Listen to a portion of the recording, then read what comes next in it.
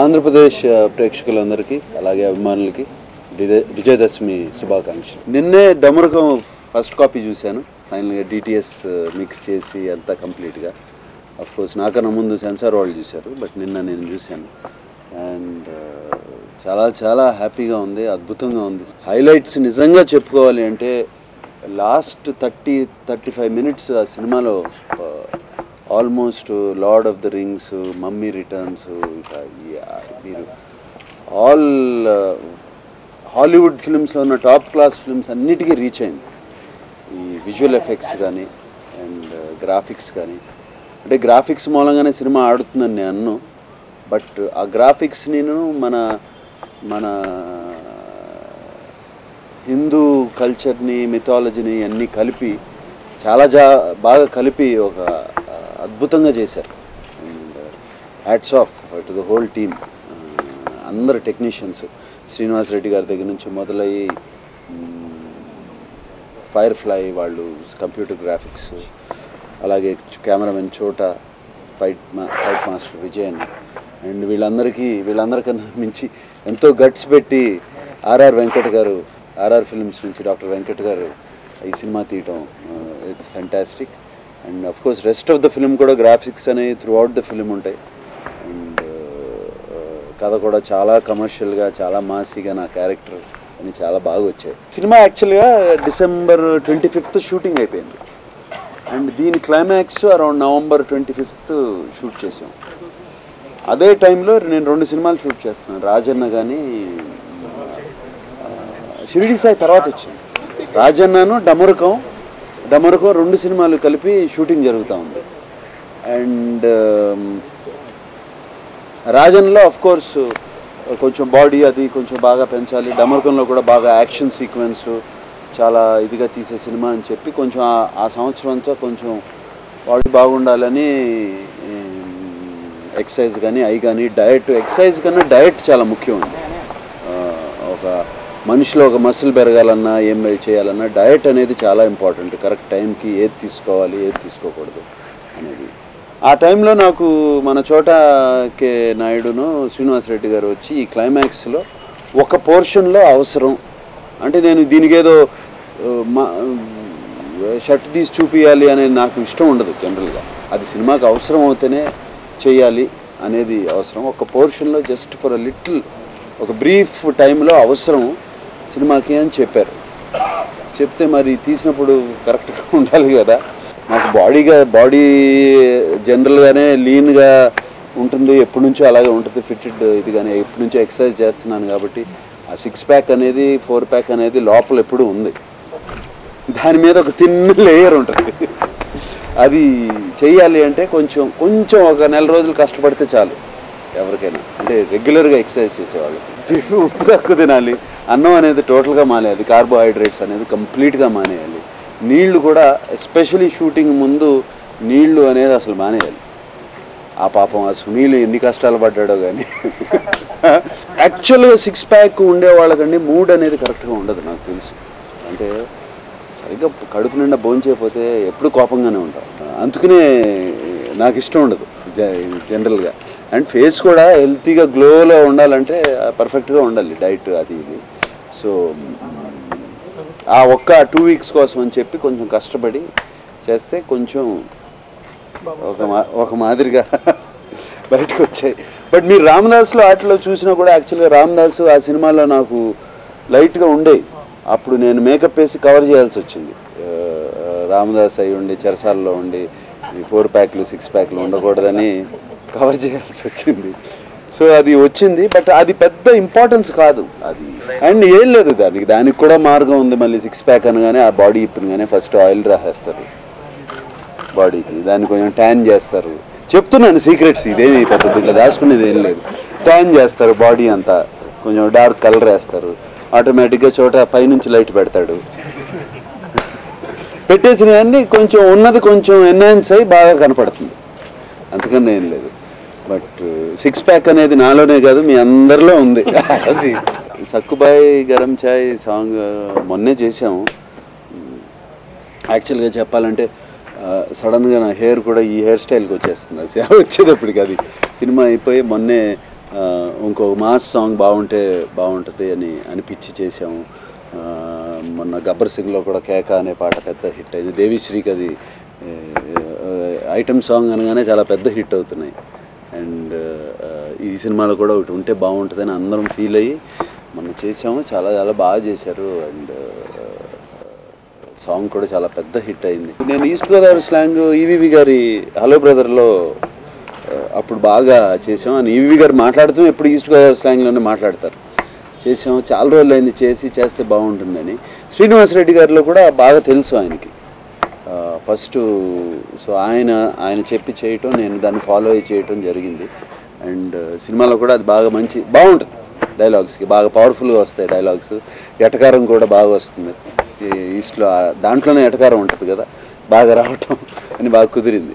డెఫినెట్గా కష్టం ఊహించుకోవటం చేయటం. ఎందుకంటే అది లోపల ఇప్పుడు నిజంగా లాస్ట్ క్లైమాక్స్ సీక్వెన్స్లో నేను ఒక 18 అడుగుల హైట్ ఉన్న ఒక అసురుడితో ఫైట్ ఉంది నాకు. నేను అడిగాను ఎలా ఉంటాడు అసురుడు అని నేను చెప్తే ఒక ఫోటో చూపించారు. ఎందుకంటే అక్కడ ఏమీ లేదు, నేను అదంతా ఊహించుకుని చేయటమే, ఫైట్ అంతా ఏమీ లేదు.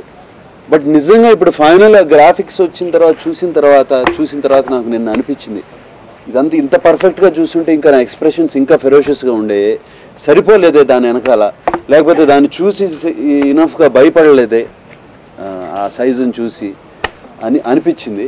సో ఇవన్నీ కొంచెం డెఫినెట్గా అనిపిస్తుంది నా చూసిన వాళ్ళకి. అంటే నాకు అనిపిస్తుంది, మీకు అనిపించకపోవచ్చు.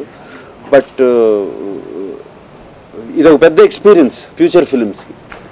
ఇటువంటి ఏమైనా ఉన్నా కూడా ఇప్పుడు పర్ఫెక్ట్గా వాళ్ళని కరెక్ట్గా అనుకుని అన్నీ చేయడానికి గొప్ప పెద్ద experience. But it is definitely నాకన్నా కెమెరామెన్ కానీ, స్టంట్ మాస్టర్ కానీ, కంప్యూటర్ గ్రాఫిక్స్ ఫైర్ఫ్లై వాళ్ళు కానీ చాలా ప్రిపరేషన్ చేసి ప్లానింగ్ చేసి చేయాలి. బట్ దీంట్లో వాళ్ళ ప్లానింగ్ ఎక్కువ ఉంటుంది. ఒకటే ఇదేంటంటే చాలా కన్వీనియంట్గా జరిగిపోతుంది షూటింగ్ స్పాట్ మాత్రం. చుట్టూ ఆ గ్రీన్ మ్యాట్స్ అన్నీ వేసేసి చేసేస్తారు. అండ్ ఆ కన్వీనియన్స్ అనేది ఉంటుంది. ఎందుకంటే హీరోగా చూసే అవన్నీ అటువంటివన్నీ డబ్బింగ్లో అన్నీ జరిగిపోతాయి. డబ్బింగ్లో ఒకటికి 10 సార్లు చూసుకుని ఈ క్లోజ్ షాట్ బాగాలేదు మళ్ళీ రీషూట్ చేద్దాం, లేకపోతే ఇది ఇక్కడ చేద్దాం అని అక్కడ జరిగిపోతాయి. బట్ ఈ ఫైనల్గా వచ్చేటప్పటికి చూశాను. అండ్ ఈ సినిమా అసలు హీరోగా చూద్దాం, లేదు ఎలా చేశానని చూద్దాం అంటే కూడా చూడనివ్వదు. అది ఆ ఎమోషనల్ మూడ్లోకి, ఎస్పెషలీ సెకండ్ హాఫ్ అంటే ఒక మాయాలోకం దాంట్లోకి తీసుకెళ్ళిపోయిందండి. అండ్ దాంట్లో దేవిశ్రీ బ్యాక్గ్రౌండ్ స్కోర్ కానీ అది కానీ అసలు లాస్ట్ 30 మినిట్స్ ఎవరిన పక్కన పిలిచి ఏమైనా మాట్లాడినా డెఫినెట్గా తిడతారు, డిస్టర్బ్ చేయొద్దు, నాకు ఇదేమైనా మిస్ అవుతానా అనేది. అలాగే మీరు డెఫినెట్గా మీరు అందరూ సెల్ ఫోన్స్ ఆఫ్ చేసుకోండి. లాస్ట్ అంత ఎంగరాసింగ్ ఉంటుంది, మీకే కోపం వస్తుంది మీ సెల్ ఫోన్ మీద. అంటే అంధకాసురుడు అనేది ఆ సినిమాలో స్ట్రాంగ్ క్యారెక్టర్ ఏంటంటే దేవతలకిను రాక్షసులకి జరిగిన పోరాటంలో అతను ఒక్కడు మిగిలిపోయి, అతను మాయి అనే అతని క్లోజ్గా ఉండే అతను ఇద్దరు ఒక గుహలోకి వెళ్ళిపోయి దాక్కుని ఇప్పుడు మళ్ళీ 2012లో మేలుకుంటారు. అంటే ఆ తపస్సులోకి వెళ్ళిపోయి. అంటే అంత స్ట్రాంగ్ క్యారెక్టర్. దేవతల్ని వాళ్ళని ఎట్లయినా చేయాలి అంటే వెరీ వెరీ స్ట్రాంగ్ క్యారెక్టరు. ఇప్పుడు ఒక రాక్షసుల్ని రాక్షస జాతి వాళ్ళని గుర్తు చేయాలంటే మన తెలుగు సినిమాల్లో ఒక ఎస్వి రంగారావు గారు వాళ్ళు చేశారు. అండ్ ఆయన వాయిస్ ఫెంటాస్టిక్, ఆయన డిక్షన్ ఫెంటాస్టిక్. ఎస్వి రంగారావు నాకు బాగా గుర్తు, చిన్నప్పటి నుంచి ఆయన సినిమాలు. నేను మాయాబజారు చూసింది 10-15 సార్లు అయినా కూడా కేవలం ఎస్వి రంగారావు గారి కోసం. చాలాసార్లు ఆ పోర్షన్స్ పెట్టుకుని చూసి వివాహ భోజనంబు అనే పాట విని ఇప్పటికీ నాకు ఆ పాట చాలా చాలా బాగుంటుంది. అండ్ ఆ గెటప్ కూడా అలాగే వేశారు కొంచెం, ఆ ఎస్వి రంగారావు గారి గెటప్ అది తీసుకున్నాం. అండ్ అఫ్కోర్స్ రవిది, ఆ బొమ్మాలి రవిది డిక్షన్ ఎలా ఉంటుందో అందరికీ తెలుసు. బట్ తన హైటు అది ఇది చాలా బాగా షూట్ అయ్యాడు. అండ్ యాక్టింగ్ కూడా చాలా చాలా చాలా బాగా చేశాడు. అంటే ఒక అంధకాసుడు ఒక రాక్షసుడు 1000 సంవత్సరాల తర్వాత లేచాడు అంటే దాన్ని కన్విన్సింగ్గా ఉండాలి. అండ్ మన అదే మాయాబజార్లో కానీ ఆ పౌరాణికాల్లో మాట్లాడే భాష అది కన్విన్సింగ్గా ఉండాలి. అది చాలా బాగా చేశారు శ్రీనివాస్ రెడ్డి. అద్భుతంగా అందరినీ అండి బాగా అతనికి అందరితో చక్కగా పని చేయించుకుని చాలా చాలా బాగా చేయించాడు. అండ్ ఈ సినిమాతో చాలా చాలా గొప్ప పేరు వస్తుంది. అంటే ఇటువంటి సినిమా కథ చెప్పడం చాలా కష్టం అండ్ చెప్పి కన్విన్స్ చేయడం చాలా కష్టం. అన్నీ ఇప్పుడు గ్రాఫిక్స్ వాళ్ళు గ్రాఫిక్స్ చేశారంటే ఇది కావాలి అని చెప్పాలి కదా, ఈయన దిగించుకుని అంధకాసురుడు ఇలా ఉండాలని ఆయన డిసైడ్ అవ్వాలి. అటువంటివన్నీ ఆయన చేసుకుని చేశారు. చాలా చాలా fantastic work. Very very happy. చాలా ఒక different character, very key character సినిమాకి. అంధకాసురుడు 2012లో నిద్రలేసిందే అనుష్కని పెళ్లి చేసుకుని ఆమెను బలిస్తే పంచలోకాలు ఆయన చేతిలోకి వస్తాయి అని. సో లేదు, మేము సినిమా కూడా దాయకుండా ఫస్ట్ 10 minutes ఇది కథ అని ఒక చక్కటి బొమ్మల దీంట్లో క్లియర్గా చెప్పేస్తున్నాం. లేదండి అటువంటి ఆలోచన ఏం లేదు. అండ్ డెఫినెట్గా ఇప్పుడు ఏమంటారు, పవన్ కళ్యాణ్ మంచి ఫామ్లో ఉన్న టెంపర్మెంట్ ఫామ్లో ఉన్న ఇది డెఫినెట్గా ఆ సినిమా మీద ఎక్స్పెక్టేషన్స్ అన్నీ బాగుంటాయి. డెఫినెట్గా ఆ సినిమాని ఎక్కువ థియేటర్లో రిలీజ్ చేస్తారు. It's okay, not a problem.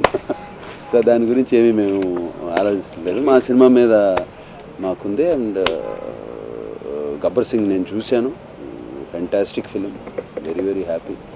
And Telugu ఇండస్ట్రీకి అవి లాస్ట్ 3-4 yearsలో మంచి హిట్స్ లేవు.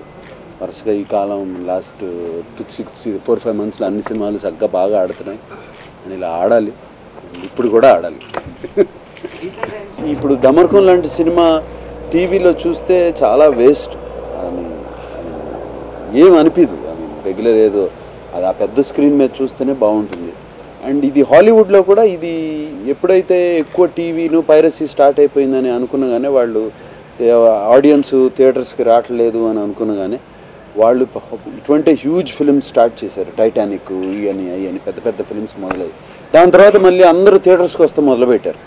థియేటర్స్ ఎక్స్పీరియన్సు ఇటువంటి ఫిలిమ్స్ కోసం థియేటర్స్ రెనోవేట్ అవుతాయి, బెటర్గా మంచి ప్రొజెక్షన్ అవుతుంది, మంచి సౌండ్స్ వస్తాయి, ఎన్ని ఆటోమేటిక్గా వచ్చి మంచి ఎక్స్పీరియన్స్ అవుతుంది. ఇటువంటి సినిమాలు వస్తే డెఫినెట్గా ఆడియన్స్ మళ్ళీ థియేటర్స్కి రావటం మొదలు పెడతారు. Actually it's a good trend ఫ్యూచర్కి. అప్పుడు రెగ్యులర్ ఫిలిమ్స్కి కూడా వస్తే మొదలు పెడతారు. ఒకసారి అలవాటు చేయటం. నాకు మా పౌరాణికాలు రామారావు గారు చేసిన పౌరాణికలు అన్నీ చాలా ఇష్టం అండి.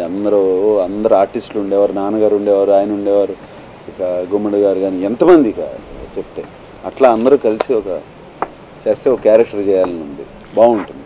అంటే ఎందుకంటే అటువంటి ఫిలిమ్స్లో ఏ క్యారెక్టర్కి ఆ క్యారెక్టర్ ఇంపార్టెన్స్ ఉంటుంది. మరి కృష్ణుడికి ఎందుకు ఎక్కువ ఇచ్చారు, అర్జునుడికి ఎందుకు తక్కువ ఇచ్చారు అనేది ఉండదు అక్కడ. ఆ గొడవలు రావు. సో అది మహాభారతాన్ని ఫాలో అవ్వాలి. So as it is. So అది చేస్తే హ్యాపీగా చేయాలి మనం. Very happy. 100% లవ్. నిజంగా చక్కటి ఐ థింక్ ఇది వెరీ గుడ్ ఇది చాయిస్. అది చక్కటి ఫ్యామిలీ ఫిలిం, అందరికీ నచ్చిన film. It's all round film. And మంచి మ్యూజిక్, మంచి యాక్టింగ్, మంచి డైలాగ్స్, మంచి క్యారెక్టరైజేషన్, ఫ్యామిలీ అందరూ చూసేది. And very happy. అండ్ రాజన్నకి గ్యారంటీగా అవార్డ్స్ వస్తాయని నేను ముందే అనుకున్నాను. డెఫినెట్గా రావాలి. ఎవరికి కాకపోయినా డెఫినెట్గా ఆ చైల్డ్ యానీకి రావాలని సినిమా చూసినగానే నేను అప్పుడే చెప్పాను అవార్డ్స్ వస్తాయని. అండ్ లెట్స్ హోప్ నేషనల్ అవార్డ్స్కి కూడా అప్లై చేసాం. ఆ అమ్మాయికి రావాలి, వస్తుందని ఐఎమ్ హోపింగ్. లేదా ఆ చైతన్య స్టోరీ తనే చూసుకుంటాడు. తను ఏమైనా అడ్వైస్ కావాలంటే డెఫినెట్గా నేను కూర్చుంటాను. నాకు తెలిసి ఎగ్జాక్ట్గా వాడు వచ్చి ఇదిగో ఇది సినిమా, ఇది స్టోరీ, ఇది డైరెక్టరు, ఇది ప్రొడ్యూసర్ అని వాడు చెప్తాడని నాకు గొప్ప నమ్మకం ఉంది. వాడు అంత కాన్ఫిడెంట్గా ఉన్నాడు వాడు. So let him decide and tell me.